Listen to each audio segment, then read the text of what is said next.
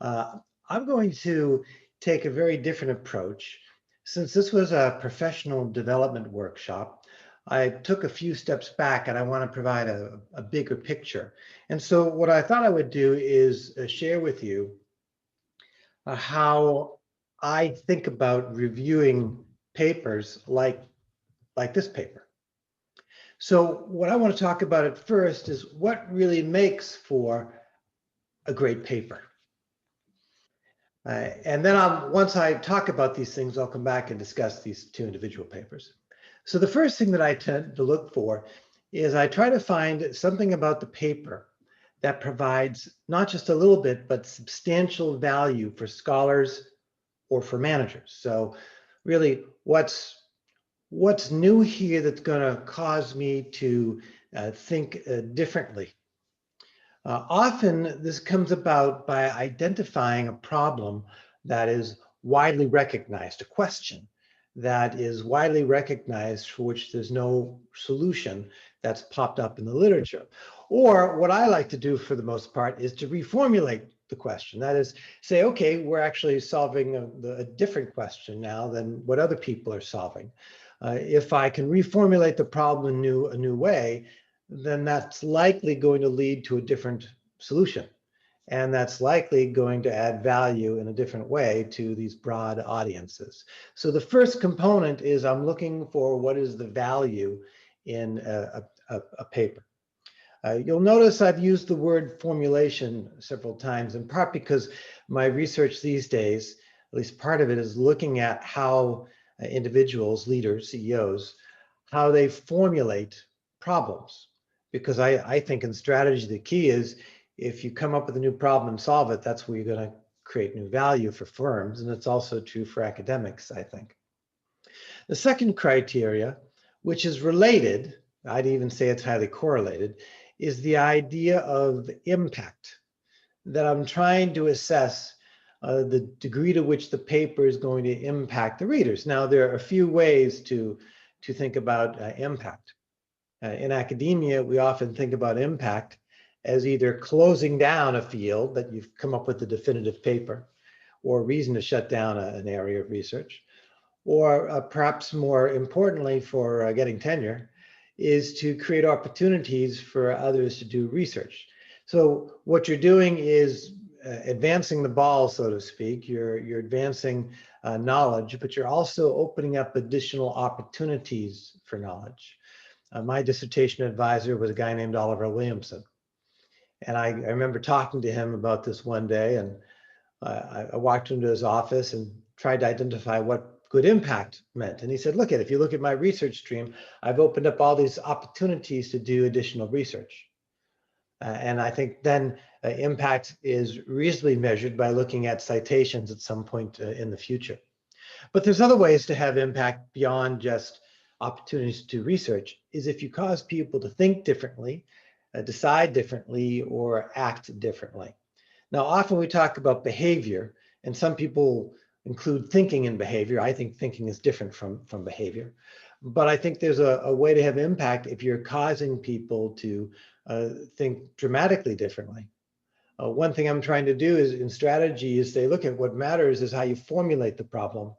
Then it's not too difficult to figure out solutions, which are different strategies, but formulation is the big deal. And so what I'm trying to do is get people think differently, because if you formulate differently, you'll actually have a different decision premise.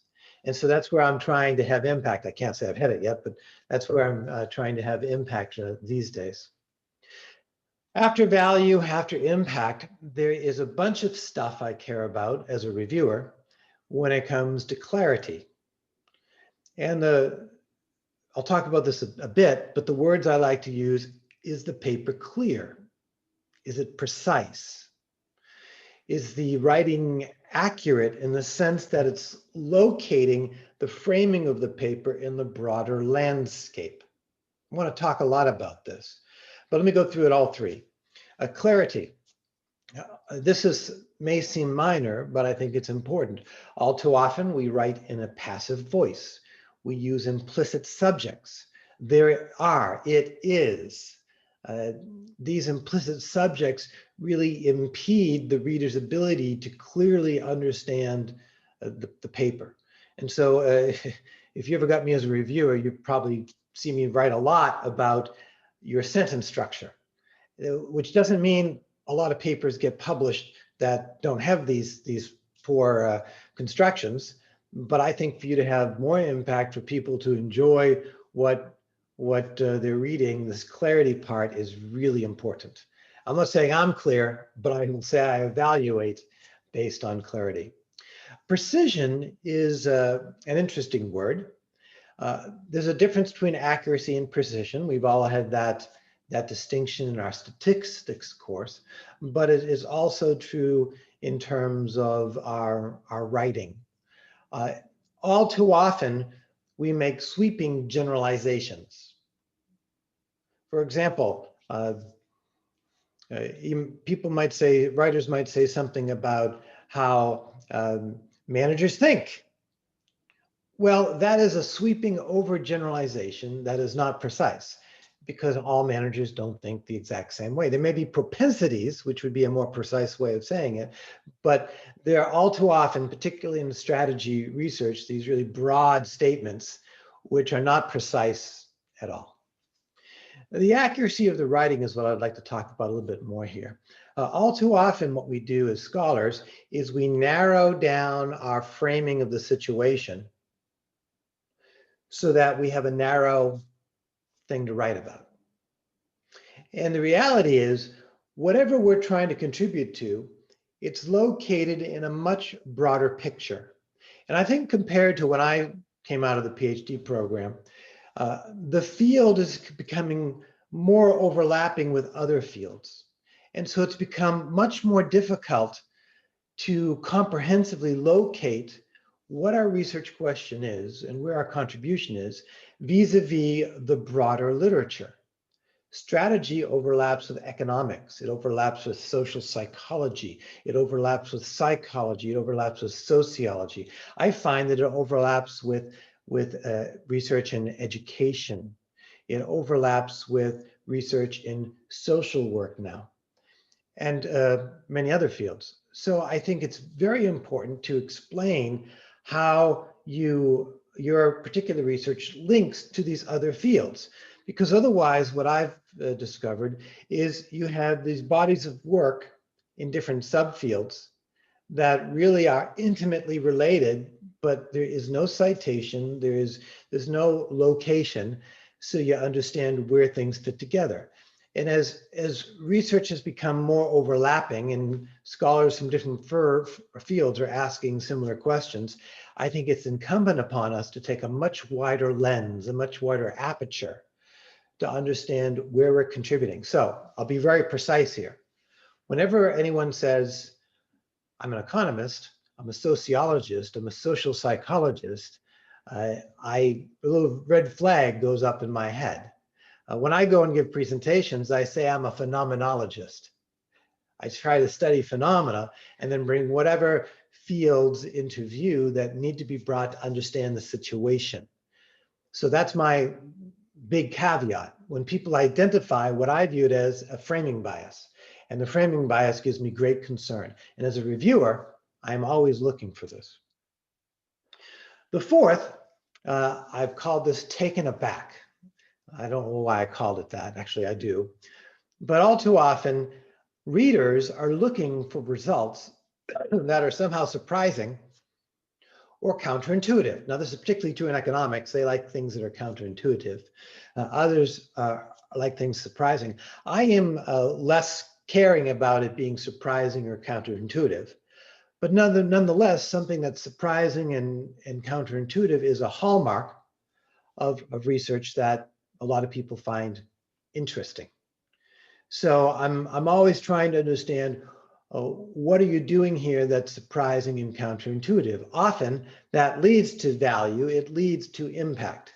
And of course, if you're doing something that's surprising and counterintuitive, you must have much more clarity in terms of the writing. So here are four things, and there are three other things I want to mention. To me, and of course you asked different academics, they'll give you a different list of stuff, but these are the things for me that makes for a great paper. Now, additionally, the question is, how can you find a great paper? How can you construct a great paper? Put differently, there's an endogeneity issue here, which is how do you choose a question and a topic that's going to lead to a great paper? And I think that's where the real action is. Again, talking to my advisor, he advised me, he said, Jackson, if you look in academia at all papers published, he said, what is the mode of the number of citations that these papers receive? Now, this was a while ago. And I said, well, I don't know. He said, well, the mode is 0 citations. In other words, literally the majority of papers don't receive any citations. There's only a very small number that receive citations. And so as a scholar, the question is, and this was clearly an issue in my early career, how do you select a topic that's going to have the potential to lead to a great paper? So I have a little advice here. Number 1, observe the theory frontier. Now, what do I mean by that? Well, there is a frontier in terms of where our knowledge set is. And if you're on the interior of the frontier, it's probably not a good paper to write. So how do you figure that out? Well, I attended a session with a guy named Werner Bergerfeldt, MIT professor. He's in marketing, but he also crosses over and does some work in strategy, as you probably well know. Some of the founding of papers on capabilities and the resource-based view of the firm. In any event, he came up with these 4 levels in thinking about the frontier. He said early on in a domain of interest, research is exploratory. And so in exploratory research, you're generating hypotheses, and often it's about using propensities. We see that people are more likely to do this, they're more likely to do that. Therefore, if we put these 2 things together, it gives us a hypothesis that maybe they're more likely to do that. This is exploratory research. And frankly, that's where the field of strategy largely was 20 or 30 years ago. But I think it's progressed pretty far, at least in many different topics. We don't discuss this in the field, but this is my view of it. The second stage of theory development is referred to as the pre-formal stage. In the pre-formal stage, and economists will feel quite comfortable with this, we are generating necessary and sufficient conditions to logically come up with predictions. Now, you can call these predictions hypotheses, but there's a difference between using generalities that are propensities and specifying the logic that provides necessary and sufficient conditions to predict. And research tends to move from exploratory to this pre-formal stage. And as you're trying to figure out where the frontier is, these are some of the issues I'm grappling with in my head. The third thing that we see as research advances is we tend to move into a more formal logic. Now, economics is well developed for this, but I've also seen more formal logic in terms of sociology. In strategy, we've gotten many more formal papers, particularly when it comes to option theory and talking about uncertainty and whatnot. And what you're doing with a mathematical model is proving a proposition. And so this is where we tend to have propositions. Oh, by the way, you might call a pre-formal model with necessary and sufficient conditions also a proposition. And so there's a little confusion, I think, in the literature, because sometimes people use the word hypotheses, sometimes they use the word propositions. I don't think there's any hard and fast rule, but here's my hard and fast rule. In any event, often what you're doing with these formal models is taking pre-formal models and formalizing them. And what that allows you to do is be very clear about assumptions and boundary conditions, and you can start to assess things like the robustness of the findings. And that takes us to the fourth stage, which is when we have extensions. Now, when you have an extension, you typically don't want to go back to the exploratory stage. You want to keep advancing. You want to test the boundary conditions. You're testing robustness. And often you're varying assumptions and looking at variations on a theme. Does all theory advance precisely in this way? No. But I use this to try to understand where we are in the theory frontier, because you want to work at the frontier and advance the frontier. If you're working on the interior, you might be able to get the paper published. But I think what we all want is this idea of creating value, this idea of having impact, to have some sort of surprise, if you will, something that's counterintuitive. And often that comes from working at the boundaries. Another area is about how to research demand for your research. So here's my little technique. What I like to do is I like to write up an introduction, and I'm no more than 4 or 5 pages. And then I send it out to some friends, and I ask them for feedback in 24 hours. Now, if you send out an entire paper, first of all, you just spent a year writing it.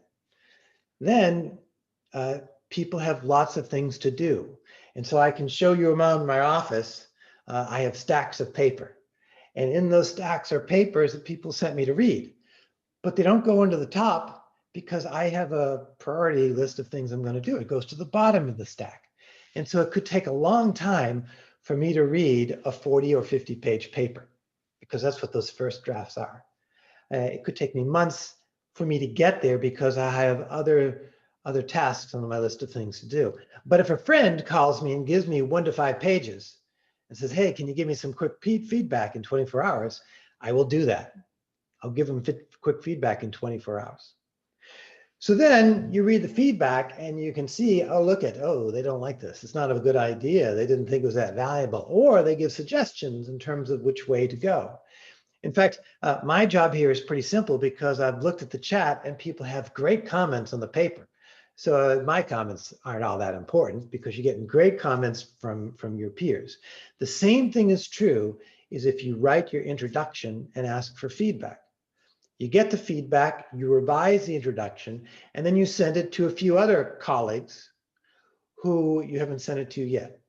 And maybe you send them to some more senior colleagues and you get feedback to see if the idea is going to sell, it's going to have value, going to have impact. Then you fix it up again. Usually you can fix it up in a few days. Then you send it out again. You do this several times. Where you have high confidence in your introduction, well, then you send it to more senior people in the field. You send it to Felipe, for example, and see if he can give you a quick read. Now that you know him, he'll gladly read it, won't you, Felipe? But so will others. And what you're doing is you're doing market research to see if you understand where the frontier of the field is, and if what you're doing is going to be interesting to create value or have impact for a large number of people. And by the way, you're doing it before you make that sunk cost commitment that can lead to all sorts of biases and divert you from doing impactful research. So this market research is really critical. You write the introduction first before you do the research, knowing that it may change as you do the research, but nonetheless, you're trying to find what's going to sell. The other big idea, it is kind of like a lean startup method, kind of. The other big idea I'd share here is a little trick that I do. Again, it's a trick. But I'll look at something and I'll start from first principles. In my prior life, I was a NASA engineer. And so I tend to think of things from an engineering perspective, kind of close to an economic perspective in some way, although not solely. And what I do is simply assume that, wait a second, here's all this research, but that's not the way it works. I just assume that. That's not the way it works. And then I try to work out from first principles how I think the system works. Now, sometimes I arrive back at the same answer that's in the literature, but surprisingly, very frequently, I come up with a very different insight, a very different way of looking at things. And that often gives me the key insight in terms of what to do. Two illustrations. I was working with Nick Argyris. I don't know if you know him. He used to sit a few doors down from me. And Nick and I were talking about the literature on product and process innovation and some of his recent research. And I looked at Nick and I said, Nick, that's not the way it works. And he says, okay, Mr. Smarty Pants, how does it work? And I said, Nick, I don't know. Give me a few days. I'll come back to you. And so I came back to him, and eventually this has led to a series of research papers, two of which are in SMJ, that look at something we call the Cato model, comparative adjustment, transaction, and opportunity costs, to look at how firms respond to shocks. And that framework came out of me being a jerk, basically, and saying, that's not how it works, and us trying to work through how it does work. The point is, by questioning the system, you have the opportunity to break through that frontier. That's not how it works. Now, a key thing, and unfortunately not enough papers do this, is when you're trying to come up with something new, you really have to compare it to the alternative. So all too often we see papers narrowing down their frame to say, oh, this is what we're studying. And then they study this narrow niche. But in reality, there are other literatures that are asking similar, if not identical, questions. There are other theories. So, hey, why is your theory better? You have to compare it to these other alternatives. All too often what people do is they narrow it down so they don't have to consider the alternatives. And that is problematic. It's not going to move the ball forward. It's not going to break through the frontier. It may not get you published. And even if you get published, it may not get you cited.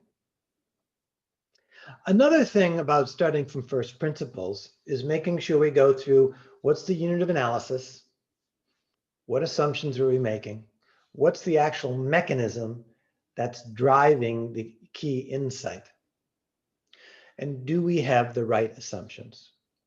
I'll go back to my advisor, Oliver Williamson. He passed away this past March, and I've been very fortunate to be asked by the family to go through all of his papers, almost 50 years of emails, of drafts, of correspondence. It's been an honor, but it's also been an education. And I've discovered something fascinating. He came out of the world of industrial organization, and he went back and asked questions about the key assumptions that lead up to the first welfare theorem and the second welfare theorem. And it turns out if you relax those assumptions, you will come up with transaction cost economics. That's what he did. He went back and he relaxed the assumptions that had been taken for granted. And with that, it led to new insights. Well, I tried to be clever here, and I apologize if I wasn't too clever. But the acronym that these 7 things spell out is victors. And I want all of you to be victors. This is a developmental seminar, so to speak, a developmental opportunity. And so I thought what I would do is share with you how I go through and assess. Frankly, I also use this to find and try to write great papers. Not that I always find and write great papers, but this is how I assess others in terms of what is a great paper and a few tricks of the trade in terms of how you might be able to find those great papers. Now with that,